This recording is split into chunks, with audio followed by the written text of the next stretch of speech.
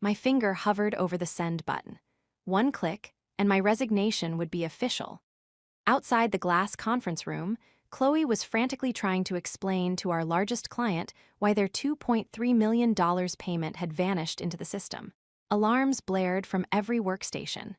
The main display showed the number in blood red, $7.8 million in losses, still climbing.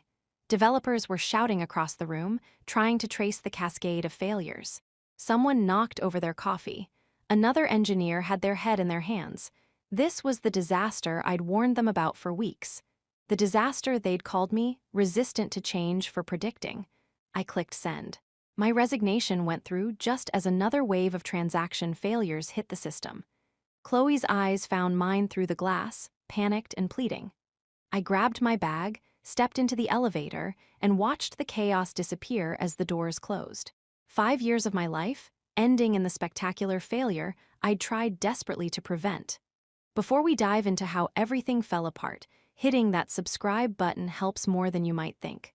We're building something real here, working toward 5,000 subscribers who appreciate stories about what actually happens when ambition meets reality. If that resonates, you know what to do. My name is Erin Westfield, and for 5 years, I served as Senior Infrastructure Architect at Pinnacle Financial Technologies. That title meant I built the backbone systems that processed billions in transactions for our Fintech payment gateway platform. Banks, e-commerce giants, subscription services, they all relied on the infrastructure my team and I developed, tested, and maintained. Growing up in a working-class neighborhood outside Detroit shaped how I approached everything. My father worked at an automotive plant for 28 years. My mother juggled 2 jobs while putting herself through nursing school. They taught me that respect isn't about titles or corner offices. It's about competence, integrity, and understanding that everyone's contribution matters. When I joined Pinnacle straight out of grad school, I started as a junior developer. I learned from people who'd forgotten more about distributed systems than most developers would ever know. I asked questions, admitted mistakes, and understood that technology serves people, not the other way around. That background, watching my parents work themselves to exhaustion, seeing how one unexpected expense could derail a family's budget, made me protective of the systems we built. Real people depended on their payments going through, their money being secure, their transactions completing without error. 5 years of 80-hour weeks, weekend deployments, and 3 a.m. emergency calls had transformed me from that uncertain junior developer into someone the CEO personally consulted before major decisions. At least, that's what I thought. The first crack in my reality appeared on a Tuesday morning in late September. Oliver Hartman, our CEO and founder, scheduled an all-hands meeting with 24 hours' notice. The company had grown from 40 employees when I started to nearly 300.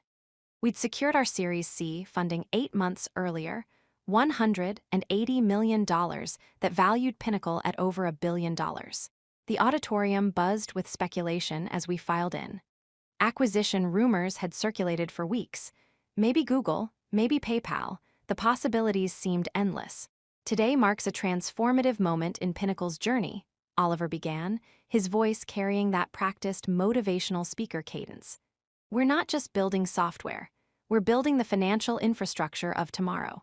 And to lead us into that future, I'm making a strategic leadership change that combines vision, fresh thinking, and deep understanding of where technology is heading. My stomach tightened.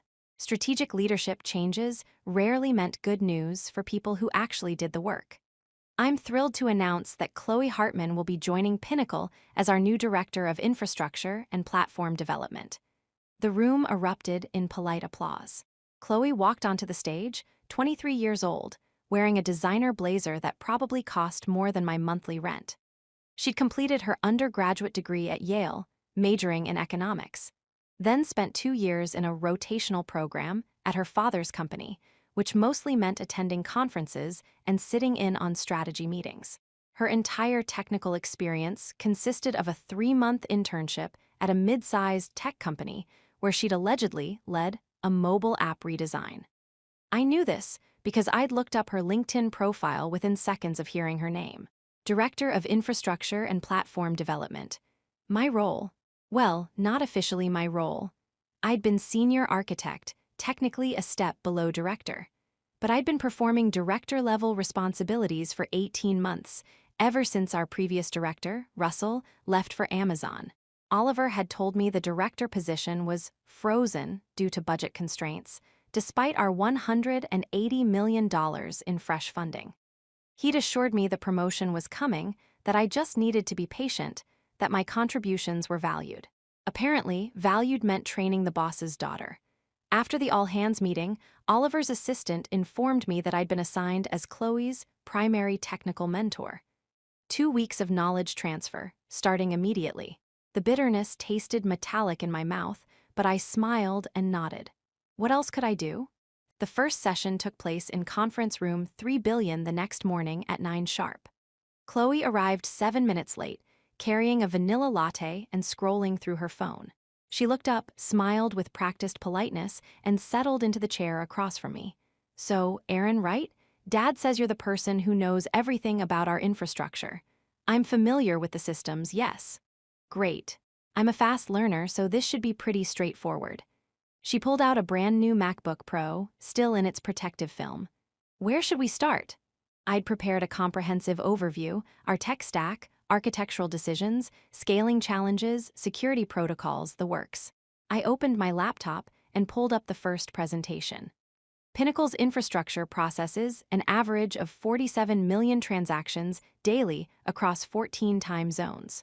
We maintain a distributed database architecture with 6 regional clusters to ensure sub-minus 100 millisecond latency for 99% of requests.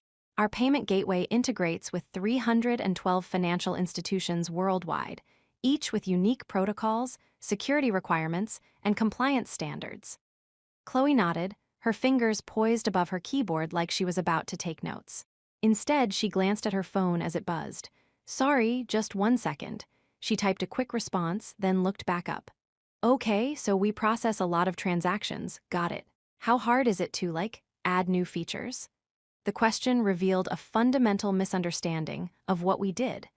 Adding features to a payment processing system wasn't like adding a button to a website.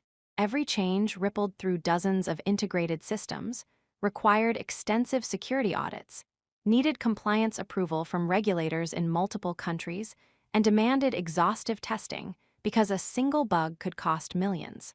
"It depends on the feature," I said carefully. "What kind of additions were you thinking about?" "Oh, I don't know specifically. I just mean, generally, how agile are we? Can we move fast and break things, or are we stuck in old-school development cycles?" Move fast and break things. The Silicon Valley mantra that sounded inspiring in a dorm room but became terrifying when applied to systems that controlled other people's money. In payment infrastructure, breaking things means people don't get paid, businesses lose revenue, and we face regulatory penalties.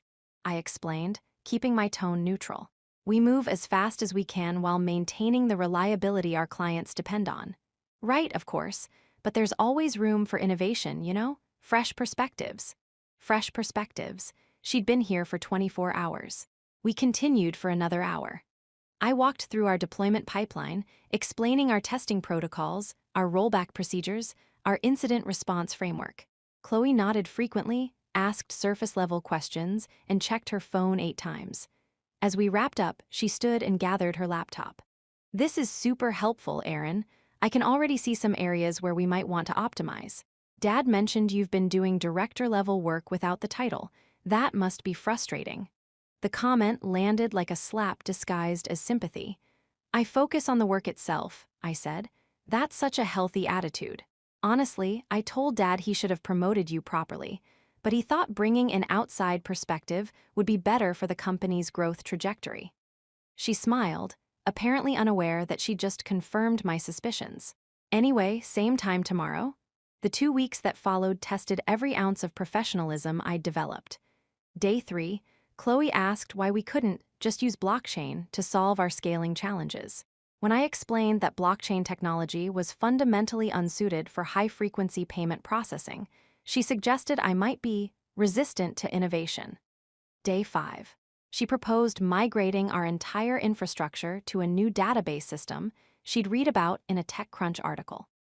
The system had been released 6 weeks earlier and had exactly 0 implementations in production financial services. When I outlined the 18-month minimum timeline for that kind of migration, plus the regulatory approval process, she asked if I was always this negative about new ideas. Day 7.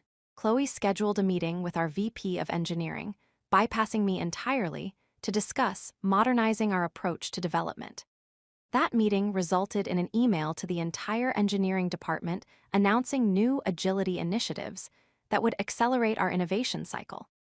The initiatives included reducing our code review requirements and shortening our testing windows. I requested a private conversation with Oliver. His corner office overlooked downtown Seattle's skyline, all glass and steel and carefully curated success. Photos of Oliver shaking hands with tech luminaries lined one wall. The other displayed his Stanford MBA diploma and several industry awards. "Aaron, good to see you. How's the knowledge transfer going?" That's what I wanted to discuss. Chloe is enthusiastic, but she lacks the fundamental technical background necessary for the director role. Some of her proposals could seriously compromise our infrastructure stability. Oliver leaned back in his ergonomic chair, his expression shifting from friendly to calculating. "Chloe brings exactly what we need right now: bold thinking, willingness to challenge assumptions, executive presence. She's been around technology her whole life.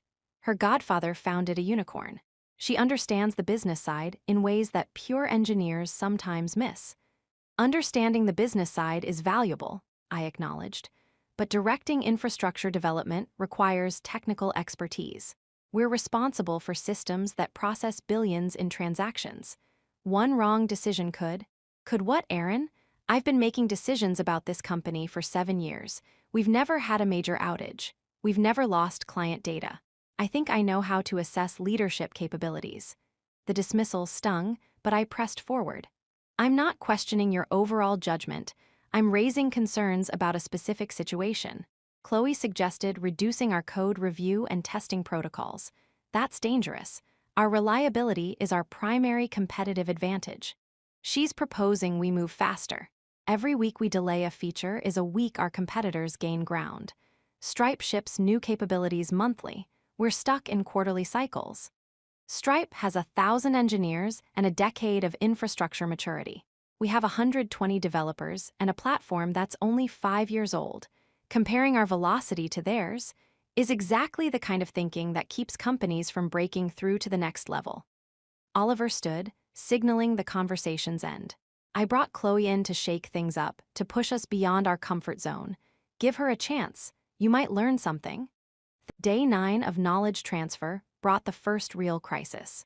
Chloe had apparently spent the previous evening exploring the code base and decided she understood enough to make suggestions directly to the development team.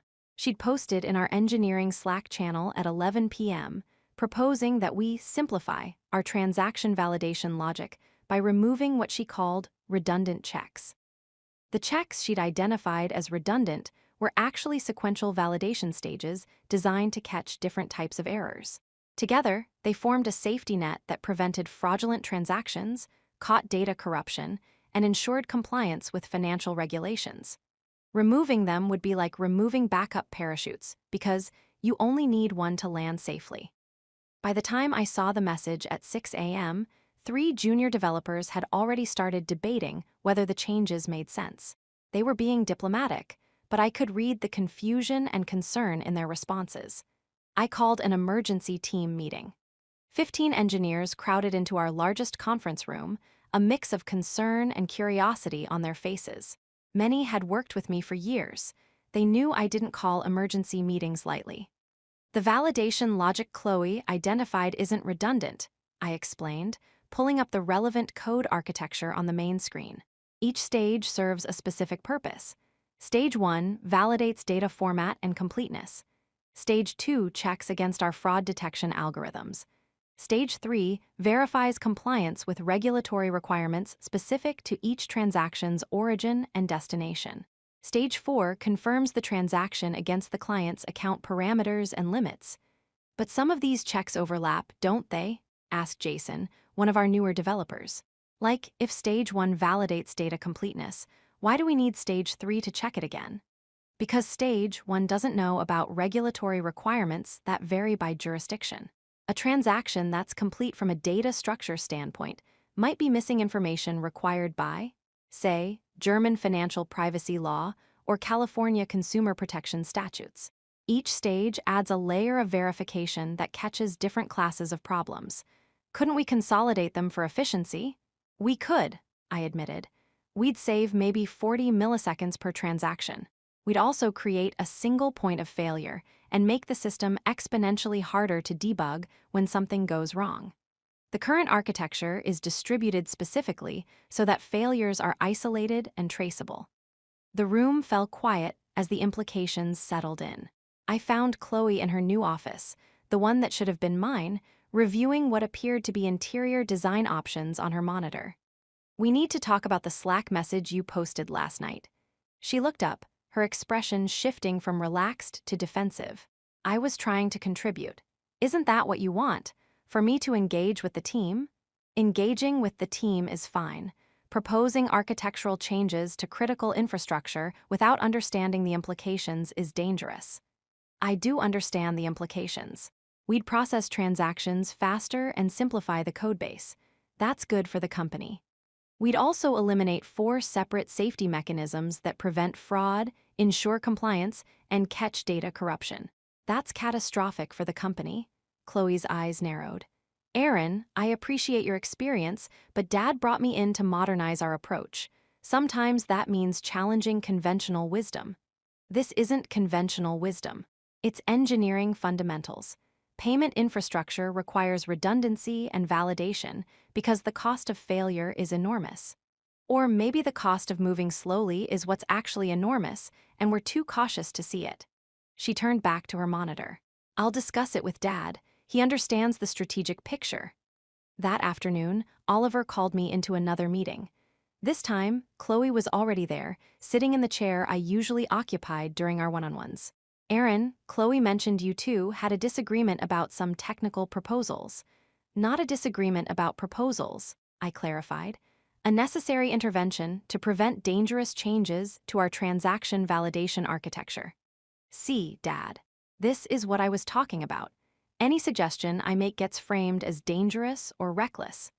Chloe's voice carried a practiced frustration, the kind that came from knowing exactly how to position herself as the reasonable party. "Walk me through it," Oliver said. I explained the validation stages again, the purpose of each check, the risks of consolidation. Oliver listened with the expression of someone waiting for you to finish so he could explain why you're wrong.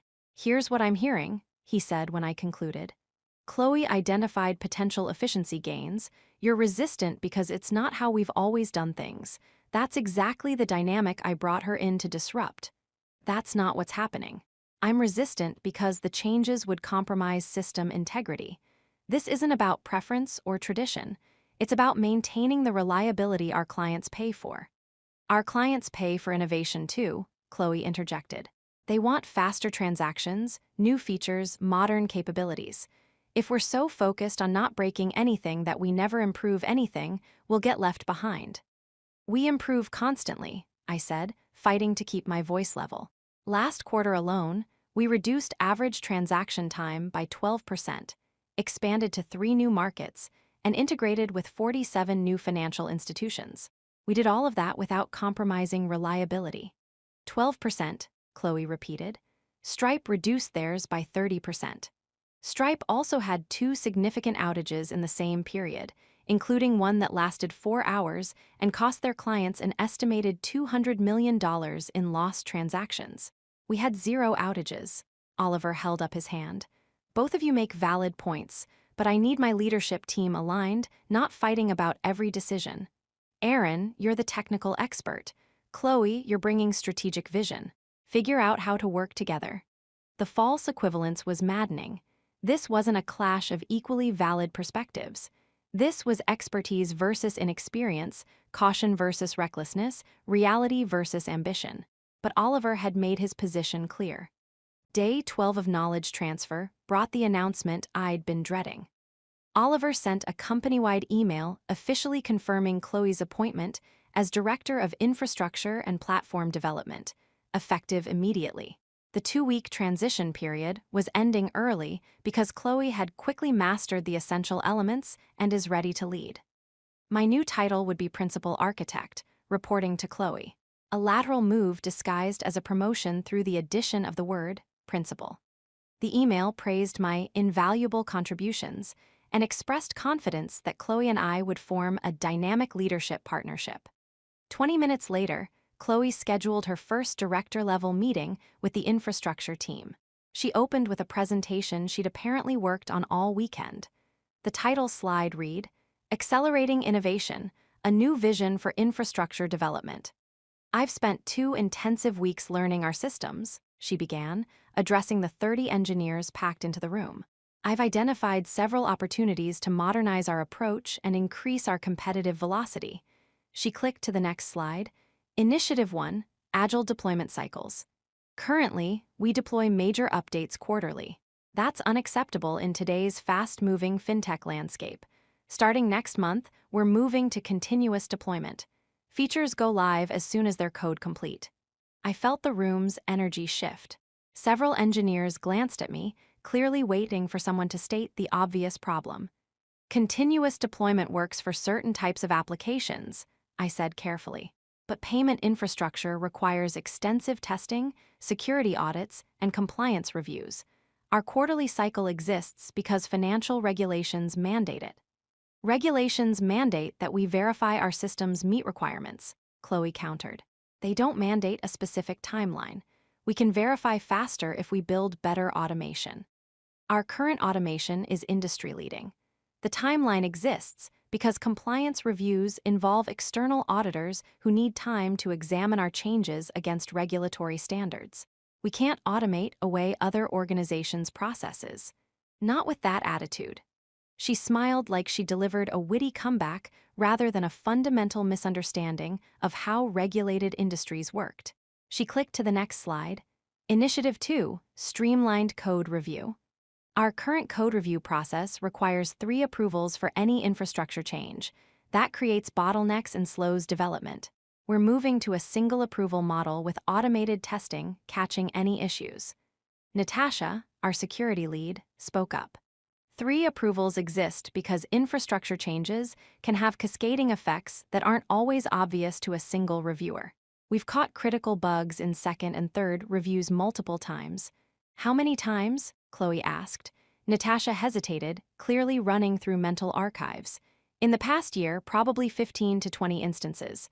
Out of how many total code reviews? Approximately 800. So less than 3%.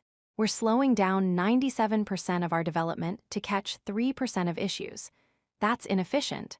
That 3% includes the bug that would have exposed client financial data to potential security breaches, I said, and the one that would have caused transaction amounts to occasionally round incorrectly, which sounds minor until you realize we process 47 million transactions daily. A rounding error affecting even 1% would have meant 470,000 incorrect transactions per day. Then, we improve our automated testing to catch those issues earlier, Chloe replied. The solution isn't more manual gatekeeping, it's better automation. She wasn't wrong in theory.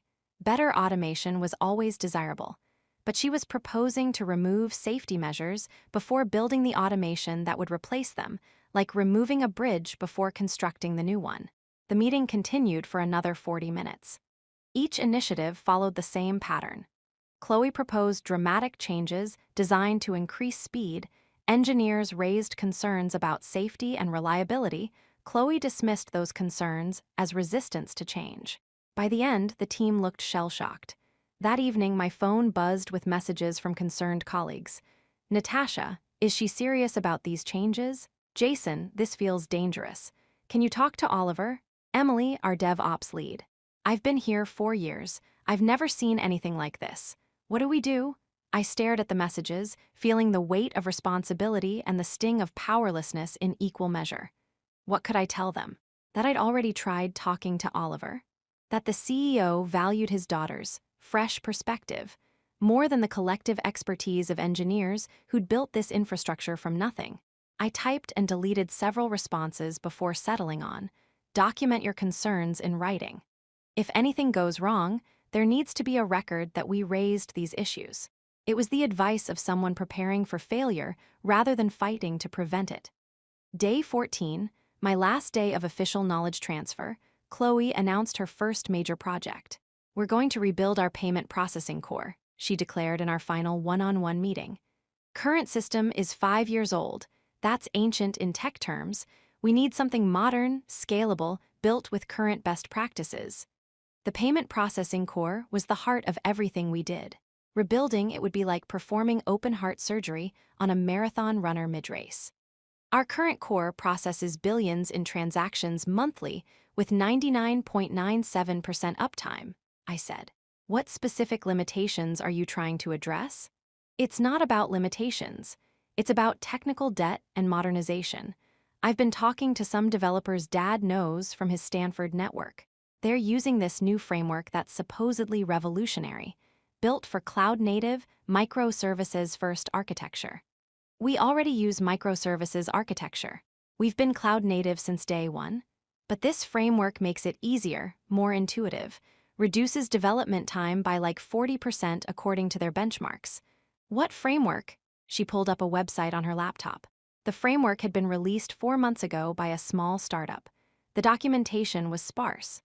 The production implementations list showed exactly 3 companies, none in financial services. This is too new for payment infrastructure, I said. We need battle-tested technology, not experimental frameworks. Everything is experimental until someone takes the risk. That's how innovation happens. Innovation in payment processing happens incrementally with extensive testing. We can't gamble with other people's money. We're not gambling. We're leading. Her voice carried absolute confidence, the certainty of someone who'd never experienced catastrophic failure. Dad agrees this is the right direction. He's already approved the project budget. He approved rebuilding our payment core without consulting the infrastructure team. He consulted me. I'm the director of infrastructure. The title had been official for less than 48 hours, and she was already wielding it like a weapon. The following Monday began my new reality, reporting to someone who'd spent 2 weeks learning what I'd spent 5 years building. Chloe scheduled daily stand-up meetings at 8 a.m., apparently unaware that half our team worked until midnight handling deployments and system maintenance. The first stand-up ran 90 minutes. She wanted detailed updates on every project, asked questions that revealed gaps in her understanding, then offered suggestions that would require explaining.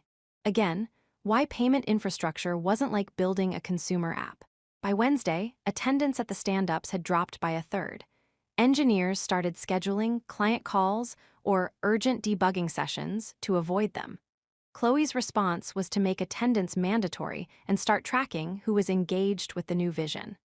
On Thursday, she announced the team assigned to the payment core rebuild. 3 senior developers, including our 2 most experienced engineers, plus 5 junior developers who'd been with the company less than a year. We're pulling them off current projects, I asked during the announcement. This is the priority. Everything else is maintenance. Everything else included expanding to 2 new international markets, integrating with a major e-commerce platform that represented potential $200 million in annual transaction volume, and upgrading our fraud detection algorithms to address emerging threat patterns. Those projects have contractual deadlines and significant revenue implications. Then we'll need to be creative about meeting them with reduced resources. That's how you build efficiency. Efficiency. The word had lost all meaning. By the end of week 2 under Chloe's leadership, morale had cratered. Our Slack channels, usually filled with technical discussions and occasional banter, had gone quiet. People communicated in direct messages, afraid their concerns might be flagged as not aligned with the vision. Natasha knocked on my office door during lunch on Friday. I got a job offer, she said without preamble. Google, security infrastructure team, 30% salary increase. My stomach dropped. Natasha was brilliant, a security expert who designed defense systems that had stopped dozens of attempted breaches. When do you need to decide? They want an answer by Monday. I was going to decline because I love it here, but... She trailed off, the unspoken obvious. But things have changed. "Aaron, I can't stay and watch her dismantle everything we built. And I definitely can't stay and be blamed when it falls apart. I understand. Do you? Because you're still here." Her voice softened. "Why are you still here?" It was the question I'd been asking myself every morning when my alarm went off and every evening when I finally left the office. Why was I still here? Loyalty to the team? The team was already starting to leave. Hope that Oliver would recognize his mistake. He'd shown no indication of doubt. Pride in the systems I'd built. Those systems were about to be torn apart by someone who didn't understand them. "I don't know," I admitted. "You're the best infrastructure architect I've ever worked with. Any company in Seattle would hire you immediately. You don't have to go down with this ship." After she left, I sat in my office, staring at the whiteboards covered in system diagrams and architectural sketches. 5 years of work. 5 years of problems solved, crises averted, systems scaled from handling thousands of transactions daily to handling millions. I opened my email and found messages from 3 recruiters who'd contacted me in the past month. Before Chloe's arrival, I deleted them without responding. Now I flagged them for follow-up. Week 3, under Chloe's leadership, brought the first major incident. She'd insisted on implementing her streamlined code review process as a pilot program for non-critical systems. Against my strong objections, Oliver had approved the pilot. The first deployment under the new single approval process went live on a Tuesday afternoon. It was supposed to be a minor update to our client dashboard, just some UI improvements. At 3:47 p.m., our monitoring system started showing anomalous database queries.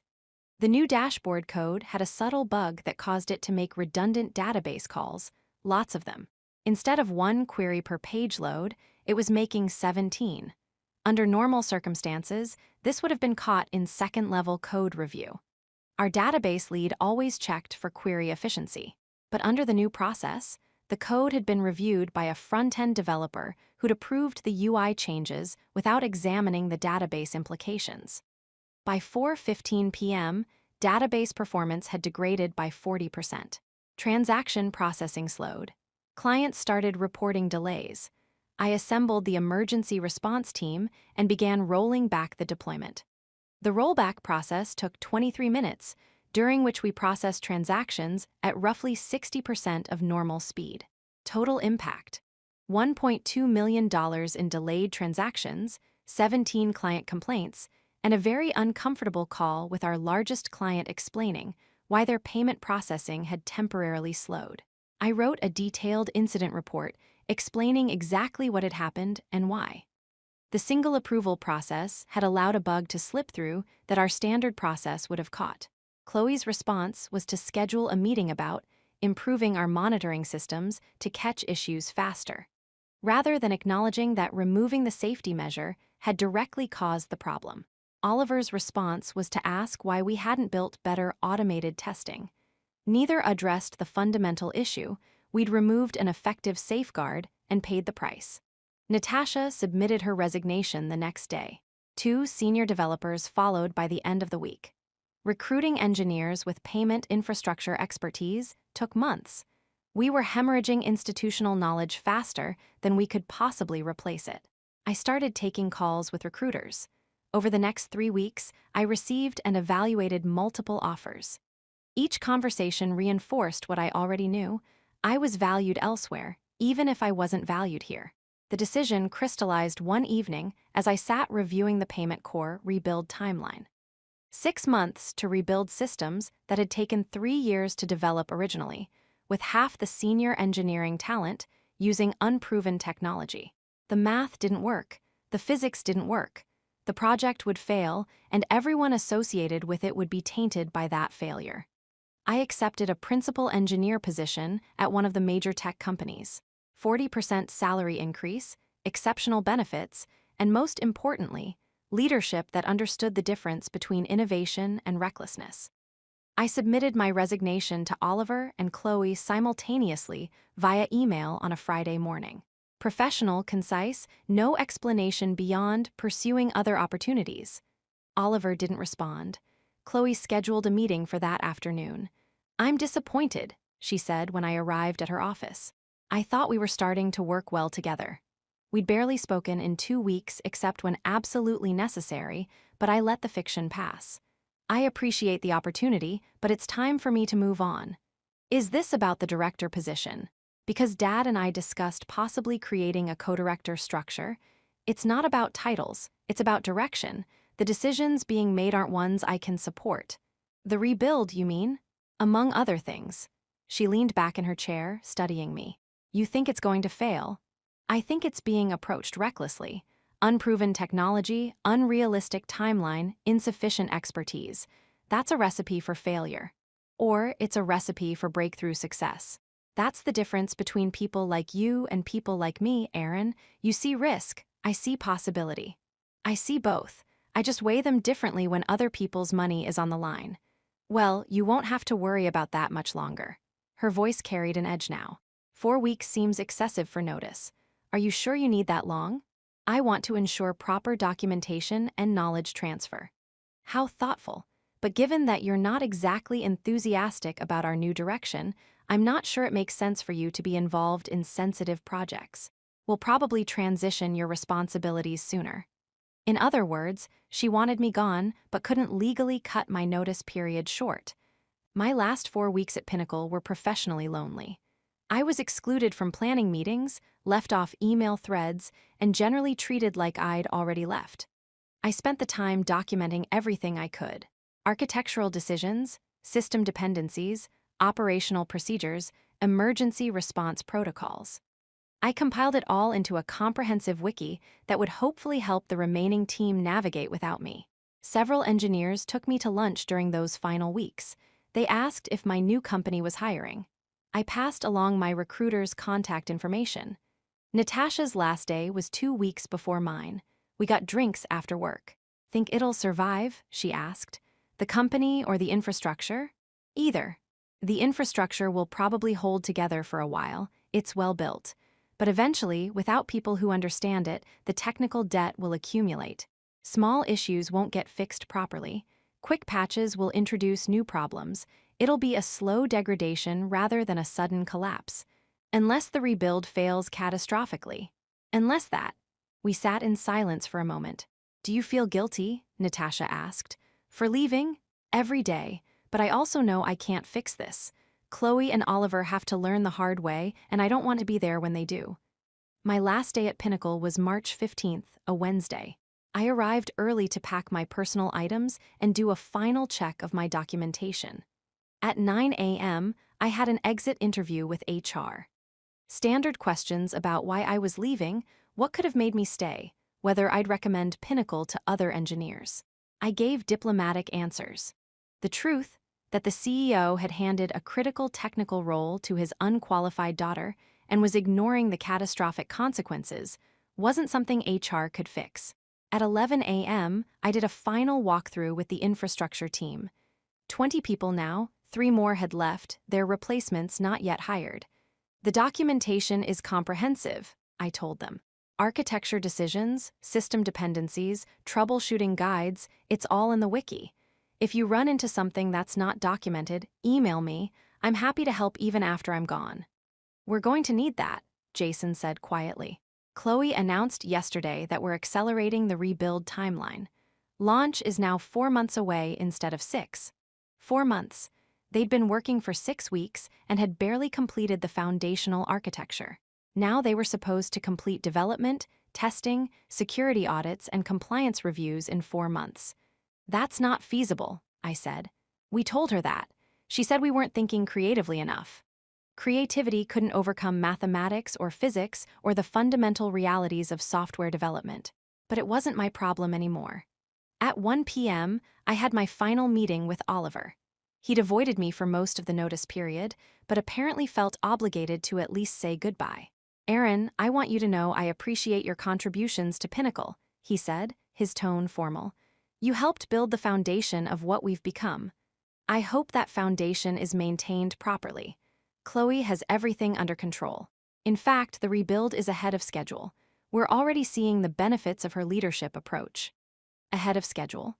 They just cut the timeline by a third because they were behind, but somehow this translated to being ahead in Oliver's mind. I hope you're right. I know you had concerns about her experience level, but she's proven herself. The team is rallying around her vision. We're moving faster than ever. Moving faster off a cliff, maybe. I wish you and the company success, I said, meaning it despite everything. The engineers still there deserved better than what was coming. Oliver stood and extended his hand. Good luck with the new position. We shook hands. 5 years of collaboration, late nights, crisis management, and shared success reduced to a perfunctory handshake and corporate platitudes. I cleaned out my office, said goodbye to the remaining team members, and walked to my car carrying a box of personal items. As I drove away from Pinnacle for the last time, I felt a strange mix of relief and dread. Relief that I was escaping an increasingly toxic situation. Dread about what would happen to the people and systems I was leaving behind. I started at my new company on March 18th. The contrast was immediate and stark. Leadership that asked technical questions and listened to the answers. Engineers whose experience was valued rather than dismissed as resistance to change. Processes designed around reliability and thoughtfulness rather than speed for its own sake. I threw myself into the work, trying not to think about Pinnacle. It worked for about 3 weeks. On April 9th, I got a message from Jason. Jason, Aaron, are you available for a quick call? Unofficial capacity. I need advice. We connected 15 minutes later. The rebuild is a disaster, he said without preamble. We're 5 days from the planned launch and nothing works properly. Transaction processing is buggy. The fraud detection integration keeps failing. We haven't even started compliance testing. Have you told Chloe? Multiple times. She says we just need to work harder, pull together, show some commitment. We've been working 80-hour weeks. Aaron, we're not 90% of the way there. We're maybe 40%, and that's being generous. What does Oliver say? He's hands off. Says Chloe is the director. She makes the technical calls. She's convinced him that everything is on track and we're just being overcautious. Jason, you can't launch. If you deploy unstable payment processing to production, you'll have massive failures. Transactions will fail, money will go missing, clients will lose confidence. I know, we all know, but Chloe has already announced the launch date to clients. There's a marketing campaign. Oliver gave a press interview about our revolutionary new payment infrastructure. We're locked in. Then you have to tell Oliver directly that you're not ready. Put it in writing. Get the other senior engineers to co-sign. Make it impossible to ignore. We did that yesterday. All 5 senior developers on the rebuild team signed a memo explaining the risks and recommending a delay. Chloe told Oliver we were being dramatic and resistant to pressure. He sided with her. I felt the familiar frustration rising. Then you need to protect yourself, document everything. When it fails, and it will, make sure the record shows you raised concerns. That's what Natasha said to do right before she left. Natasha was smart. I've got interviews lined up, Jason admitted. I can't stay for the crash landing, but I feel terrible leaving the team. The team will understand. Anyone with options is going to leave. Anyone who stays is either trapped or hasn't realized how bad it's going to get. We talked for another 20 minutes. I gave him what advice I could, knowing it wouldn't change the outcome. After we hung up, I sat staring at my laptop, feeling the weight of what was coming. The launch was scheduled for April 14th at 9 a.m. Pacific time. I wasn't there. I was 3,000 miles away at my new job, working on actually well-planned infrastructure projects. But I couldn't stop checking my phone. At 9:17 a.m., Jason texted, "We're live. God help us." At 9:34 a.m., first transaction failures. Chloe says it's normal launch jitters. At 9:52 a.m., error rate at 12%. This is not normal. At 10:08 a.m., clients calling. Transactions are failing, some are processing twice, amounts are occasionally wrong. We're trying to roll back, but Chloe won't approve it. At 10:31 a.m., Oliver finally saw the metrics. He's freaking out. Chloe is insisting we can fix it without rolling back. At 10:45 a.m., we're rolling back, but it's going to take time. We're bleeding revenue. At 11:23 a.m., rollback complete. We're back on the old system. Total disaster. At 11:47 a.m., emergency all-hands meeting. This is going to be ugly.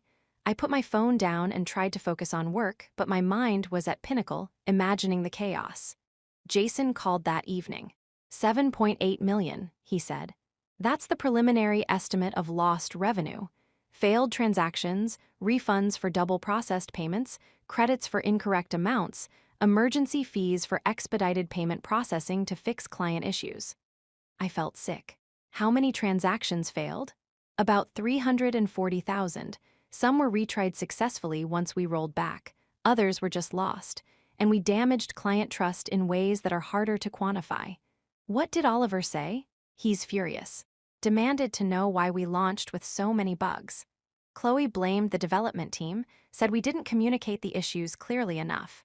We showed him the memo we sent. All 5 senior developers explicitly stating the system wasn't ready. And he said we should have escalated more forcefully, should have refused to deploy. Basically, we're being blamed for not stopping something we had no authority to stop. That's not fair. No. But it's predictable. Jason's voice was heavy with exhaustion. 3 of the senior developers on the rebuild team resigned today, effective immediately. They're done. The infrastructure team was hemorrhaging expertise at exactly the moment they needed it most. What about you? I asked. I'm giving 2 weeks. I accepted an offer from Microsoft. I tried, Aaron, I really did, but I can't keep fighting this. No one could, you did everything right. Doesn't feel that way. Feels like I'm abandoning a sinking ship. You're escaping a sinking ship. There's a difference. The industry publications picked up the story within days. Pinnacle Financial Technologies suffers major outage during core system upgrade, read the headlines. The articles were diplomatic, using terms like growing pains and transition challenges. The engineers who'd been there knew the truth. Social media and private Slack channels told the real story. Nepotism, ignored warnings, catastrophic failure. Pinnacle's stock price, they'd gone public 6 months before I left, dropped 17% in 2 days. Oliver issued a statement taking full responsibility and promising a comprehensive review of their development processes. Chloe posted on LinkedIn about learning experiences and the importance of resilience in leadership. The engineers who'd signed the memo warning about the launch began receiving recruiter calls almost immediately. Their willingness to stand up against reckless leadership made them attractive hires. Over the next month, I watched from a distance as Pinnacle dealt with the consequences. They brought in a crisis management firm to handle client communications. They hired consultants to audit their infrastructure and development processes. They posted job listings for 12 engineering positions. And they delayed the payment core rebuild indefinitely, returning focus to maintaining the old system, the one I'd helped build, the one Chloe had dismissed as outdated. Jason sent occasional updates. Week 1, 3 more engineers gave notice. We're down to 14 people trying to maintain systems built for 30. Week 3, Oliver hired a VP of engineering. She seems competent. Chloe is furious about having adult supervision. Week 5, the VP asked to see all our documentation, told her about your wiki. She said it's the most comprehensive technical documentation she's seen. Wishes you were still here. Week 7, Chloe's role has been restructured. She's now Director of Strategic Initiatives, which appears to mean she goes to conferences and talks about innovation without touching actual infrastructure. The VP is running everything technical. Week 9, we finally stabilized. Hired 6 new engineers, all senior. The VP instituted strict change management protocols. Basically, everything is back to how you ran it. I felt a complicated mix of vindication and sadness. Vindication that the problems I'd identified were real. Sadness that it had taken $7.8 million in losses and mass resignations to prove it. 3 months after I left Pinnacle, Emily reached out. She'd been one of the engineers who'd stayed, partly because she'd been promoted to lead the infrastructure team in the wake of so many departures. I wanted you to know what happened after everything settled, she said over coffee, and to say thank you. For what? The documentation you left, the wiki. When everything was falling apart and half the team was gone, that documentation was the only thing that kept us functional. New engineers could onboard, we could troubleshoot incidents. We didn't lose institutional knowledge completely because you'd captured so much of it. I'm glad it helped. More than helped. The new VP said it probably saved the company. She's in the process of making comprehensive documentation a requirement for all projects. Emily smiled. She also said you're welcome to come back anytime. She's heard the whole story, knows exactly why you left. I appreciate that, but I'm happy where I am. I figured, just wanted you to know the door's open. She paused. And I wanted to apologize. For what? For not supporting you more when Chloe took over. You were raising legitimate concerns, and a lot of us stayed silent because we were afraid of being seen as resistant or negative. If more of us had backed you up, it wouldn't have changed anything, I said gently. Oliver had made his decision. Chloe was staying. No amount of engineer pushback would have altered that. Maybe. But you shouldn't have had to fight alone. We talked for another hour. Emily filled me in on the current state of things. The payment core rebuild had been officially canceled. The new VP had reviewed the codebase and deemed it unsalvageable. They'd returned focus to incrementally improving the existing infrastructure, exactly the approach I'd been advocating all along. Chloe's new role kept her away from technical decisions. She attended industry events, networked with potential clients, and gave presentations about Pinnacle's vision. She was good at that, the performance aspects of leadership, just not the substance. Oliver had become more cautious about major changes.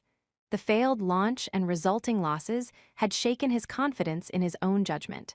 Client relationships were slowly recovering. The immediate crisis had been expensive, but Pinnacle's fundamental technology, the infrastructure I'd helped build, was solid enough to rebuild trust. We're going to be okay, Emily concluded. It was rough, really rough, but we're stabilizing. I'm glad. Looking back now, 2 years after walking out of Pinnacle, I see the experience with clarity that only distance can provide. I didn't fail by leaving. I succeeded by recognizing when a situation was untenable and having the courage to walk away. I didn't abandon the team. I protected myself and gave them a model for setting boundaries and valuing their own expertise. I didn't lose. I made space for the next chapter of my career, one where my experience is valued and my contributions recognized. The systems I built at Pinnacle are still running. The infrastructure I architected still processes billions in transactions. The documentation I created still guides new engineers. That work mattered, it still matters. But I matter more than any job, any company, any system. That's the lesson I took from training the CEO's daughter for 2 weeks, and then walking out when she became my boss. Sometimes the most professional thing you can do is recognize when you're not valued and find somewhere you will be. Sometimes loyalty to yourself is more important than loyalty to a company that doesn't respect your expertise. Sometimes walking away isn't quitting, it's choosing your own worth over someone else's poor judgment. The choice to leave Pinnacle wasn't impulsive, it was strategic, it was necessary, it was an act of self-respect. I'm at a company now where technical expertise drives decisions, where experience is respected, where titles are earned through competence rather than connections. I work with brilliant people on meaningful problems. I build systems that serve millions of users. I mentor junior engineers who remind me of myself 5 years ago, eager, uncertain, hungry to learn. I sleep well at night knowing that my professional standards haven't been compromised. That's worth more than any director title at a company that didn't value what I brought. The fintech industry is small. I still hear occasional updates about Pinnacle. They're doing well under Amanda's leadership. They're hiring carefully and growing sustainably. They've rebuilt their reputation with clients. Oliver learned expensive lessons about nepotism and the importance of matching roles to capabilities. Chloe found work that suits her strengths and stopped trying to be someone she isn't. The engineers who left found good positions at companies that value them. Everyone moved forward, including me. And when I look back at that moment in the conference room, my finger hovering over the send button while chaos erupted around me, I'm proud of the choice I made.